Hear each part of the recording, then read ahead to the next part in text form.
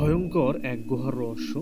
পৃথিবীর বেশ কিছু জায়গা আছে, যেমন আমেরিকা, মেক্সিকো, লেবানন, এছাড়া ইউরোপের অনেক দেশে, বিশেষ করে মেডিটেরিয়ান সি এর পাশে এরকম রহস্যময় গুহা রয়েছে, যেগুলো হাজার হাজার বছর ধরে লুকিয়ে রেখেছে প্রাকৃতির অবিশ্বাস্য ইতিহাস।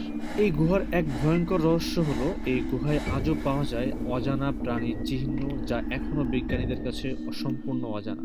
বিজ্ঞানীদের মতে হাজার হাজার বছর ধরে সমুদ্রের ঢেউয়ের ক্ষয় ও চুনাপাথরের ক্ষয়ের ফলে ঢেউয়ের আঘাত করে পাথরের ভেতরে এমন নিখুঁত কক্ষ তৈরি করেছে।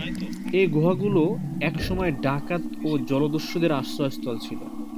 তারা এখানে লুটের মাল লুকাতো, ঝড়ের সময় জাহাজ লুকিয়ে রাখতো। আজও কিছু গুহার ভেতরে মানুষের খোদাই করা দাগ ও সমতল মেঝে পাওয়া যায়। ঐতিহাসিক ধারণা অনুযায়ী মধ্যযুগে কিছু জেলে ও সন্ন্যাসী অস্থায়ীভাবে এখানে থাকতেন, কারণ ভেতরটা বাতাস থেকে নিরাপদ, শীতকালে তুলনামূলক উষ্ণ থাকে। সবচেয়ে ভয়ঙ্কর রহস্য অদৃশ্য মানুষের আলো। স্থানীয় জেলেদের মতে রাতে কখনো কখনো কিছু গুহার ভিতরে হঠাৎ আলো জ্বলে ওঠে, কিন্তু কাছে গেলেই কেউ পাওয়া যায় না। এটি নিয়ে অনেকে বলেন আত্মা, আবার কেউ বলেন অবৈধ চোরাচালানকারীদের গোপন চলাচলের আলো।